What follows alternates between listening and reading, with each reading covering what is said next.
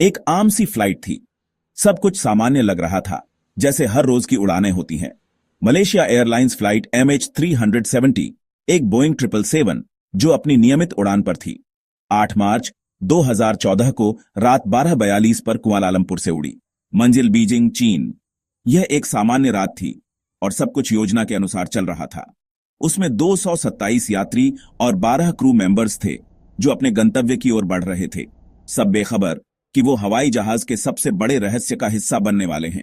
किसी को भी अंदाजा नहीं था कि आगे क्या होने वाला है। सफर का पहला भाग बिल्कुल नॉर्मल था।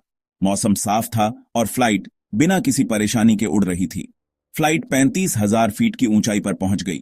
सब कुछ सामान्य था और यात्री आराम से बैठे थे।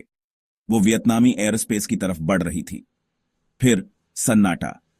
अचानक सब कुछ बदल गया। मलेशियन टाइम के हिसाब से 1:19 पर एयर ट्रैफिक कंट्रोल को कॉकपिट से आखिरी मैसेज मिला, गुड नाइट मलेशियन 370। यह एक सामान्य साइन ऑन ऑफ था। यह एक रूटीन साइन ऑन ऑफ था जिसमें आगे होने वाली भयानक घटना का कोई इशारा नहीं था।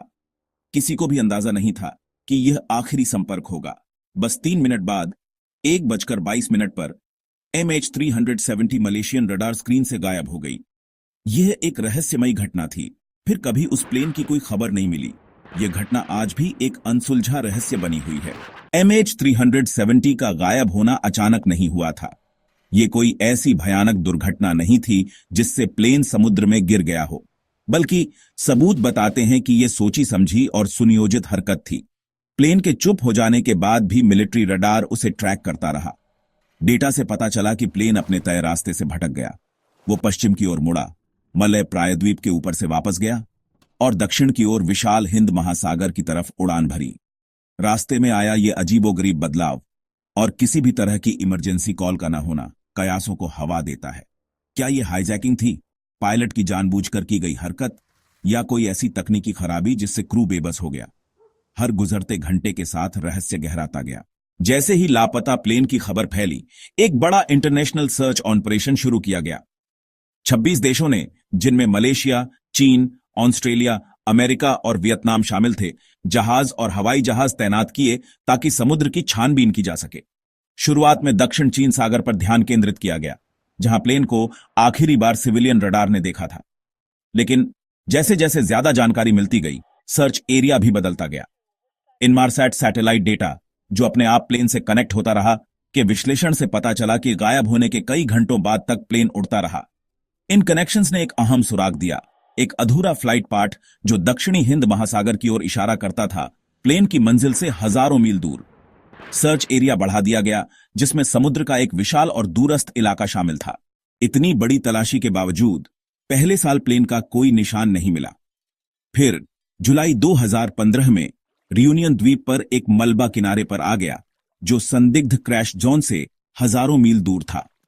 बाद में इसकी पुष्टि MH370 के फ्लैपेरॉन के रूप में हुई।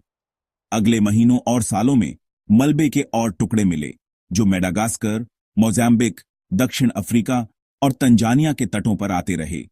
ये टुकड़े, जो प्लेन के विंग, इंटीरियर और फ्यूजलेज के हिस्से थे, इस त्रासदी की ठोस लेकिन दिल दहला देने वाली पुष्टि करते थे।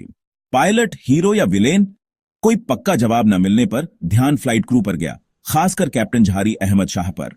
शाह, जो एक अनुभवी और सम्मानित पायलट थे, अचानक संदेह के घेरे में आ गए। 18,000 घंटों से ज्यादा उड़ान भरने वाले एक अनुभवी पायलट, शाह की हरकतें जांच का केंद्र बन गईं। उनकी पेशेवर प्रतिष्ठा और अनुभव के बावजूद उनके हर कदम को अब संदेह की नजर से देखा जा रहा था। कुछ जांचकर्ताओं ने शाह के घर से मिले एक फ्लाइट सिम्युलेटर की ओर इशारा किया। यह सिम्युलेटर अब जांच का एक महत्वपूर्ण हिस्सा बन गया था। इसमें MH370 के आखिरी रास्ते जैसे ही एक रास्ते पर सिमुलेटेड उड़ानें थीं। यह एक चौंकाने वाली खोज थी जिसने कई सवाल खड़े कर दिए। क्या यह पहले से सोची गई योजना का सबूत था, या यह महज एक संयोग था? इस सवाल का जवाब ढूंढना मुश्किल था। या यह बस एक पायलट था जो अलग अलग स्थितियों का अभ्यास कर रहा था? पायलटों के लिए विभिन्न परिदृश्यों का अभ्यास करना असामान्य नहीं है। इस रहस्य में और इजाफा हुआ जब पता चला कि शाह ने सिम्युलेटर से डेटा मिटा दिया था। यह जानकारी और भी संदेहास्पद थी। हालांकि इससे शक पैदा हुआ, लेकिन पायलटों के लिए उड़ान डेटा को नियमित रूप से डिलीट करना असामान्य नहीं है। यह एक सामान्य प्रक्रिया हो सकती है। कोई स्पष्ट मकसद न होने और शाह के अन्यथा अनुकरणीय रिकॉर्ड के कारण यह निश्चित रूप से कहना नामुमकिन है कि प्लेन के गायब होने में उसकी कोई भूमिका थी या नहीं। शाह का रिकॉर्ड हमेशा बेदाग रहा था और उनके सहकर्मी उन्हें एक जिम्मेदार और समर्पित पायलट के रूप में जानते थे।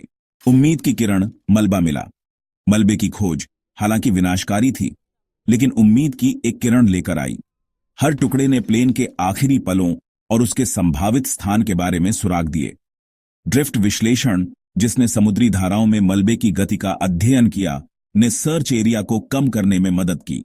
ऑस्ट्रेलियन ट्रांसपोर्ट सेफ्टी ब्यूरो, जो पानी के नीचे तलाशी का नेतृत्व कर रहा था, ने समुद्र तल को स्कैन करने के लिए आधुनिक सोनार उपकरण तैनात किए। सालों तक उन्होंने हिंद महासागर के तल के हजारों वर्ग किलोमीटर क्षेत्र में बारीकी से खोजबीन की, लेकिन प्लेन का मुख्य मलबा नहीं मिला। क्या रिचर्ड गॉडफ्रे के पास चाबी है? 2022 में एक नया सिद्धांत सामने आया जिसने दुनिया का ध्यान खींचा। यह सिद्धांत एक ऐसे रहस्य को सुलझाने का दावा करता है जिसने वर्षों से विशेषज्ञों और आम जनता को उलझा रखा है। रिचर्ड गॉडफ्रे, एक रिटायर्ड एरोस्पेस इंजीनियर, ने दावा किया कि उन्होंने एक नई तकनीक का इस्तेमाल करके क्रैश साइट का पता लगा लिया है। गॉडफ्रे का कहना है कि उनकी तकनीक ने उन संकेतों को पकड़ा है जो पहले किसी ने नहीं देखे थे। गॉडफ्रे ने weak signal propagation reporter network द्वारा कैप्चर किए गए रेडियो वेव रिफ्लेक्शंस का विश्लेषण किया। यह नेटवर्क दुनिया भर में फैला हुआ है और विभिन्न रेडियो संकेतों को रिकॉर्ड करता है। एमेच्योर रेडियो ऑपरेटर्स के इस ग्लोबल नेटवर्क ने अनजाने में MH370 से बेहोश सिग्नल रिकॉर्ड किए थे जब यह उनके ऊपर से गुजरा था। इन संकेतों ने गॉडफ्रे को एक नई दिशा में सोचने पर मजबूर किया। इन सिग्नलों के समय और कोण का विश्लेषण करके गॉडफ्रे ने दावा किया कि उन्होंने समुद्र में प्लेन के आखिरी डिसेंट को ट्रेस कर लिया है। यह एक महत्वपूर्ण खोज हो सकती है अगर यह सिद्ध हो जाए। उनके विश्लेषण ने क्रैश साइट को हिंद महासागर के एक खास क्षेत्र में रखा। यह क्षेत्र पहले भी खोजा जा चुका है, लेकिन गॉडफ्रे का दावा है कि उनकी तकनीक ने एक नई सटीकता प्रदान की है। हालांकि गॉडफ्रे के सिद्धांत पर कुछ विशेषज्ञों ने संदेह जताया है। उनका मानना है कि इस तकनीक की सटीकता और विश्वसनीयता पर अभी और शोध की आवश्यकता है। उनका तर्क है कि WSPR डेटा इतना सटीक नहीं है कि क्रैश साइट का निश्चित रूप से पता लगाया जा सके। यह डेटा कई बार गलत साबित हुआ है और इसे अंतिम सत्य नहीं माना जा सकता। शंकाओं के बावजूद गॉडफ्रे के काम ने MH370 की खोज को फिर से शुरू कर दिया है। उनकी खोज ने एक नई उम्मीद जगाई है कि शायद इस रहस्य का समाधान निकट है। MH370 एक अनसुलझा रहस्य। बरसों की लगातार खोज के बावजूद MH370 का रहस्य बना हुआ है। कोई ठोस व्याख्या न होने के कारण अनगिनत सिद्धांत सामने आए हैं जो तार्किक से लेकर अजीबोगरीब तक हैं। कुछ लोग एक भयानक यांत्रिक विफलता का अनुमान लगाते हैं, जैसे अचानक दबाव में कमी या बिजली में आग, जिससे क्रू बेबस हो गया और प्लेन अनियंत्रित होकर नीचे गिर गया। दूसरे लोग हाईजैकिंग या आतंकवाद के जानबूझकर किए गए कृत्य की संभावना की ओर इशारा करते हैं। ठोस सबूतों की कमी ने अटकलों को बढ़ावा दिया है, जिससे षड्यंत्र के सिद्धांतों को बल मिला है और लोगों की कल्पना को मोहित किया है। अनुत्तरित प्रश्न बने हुए हैं।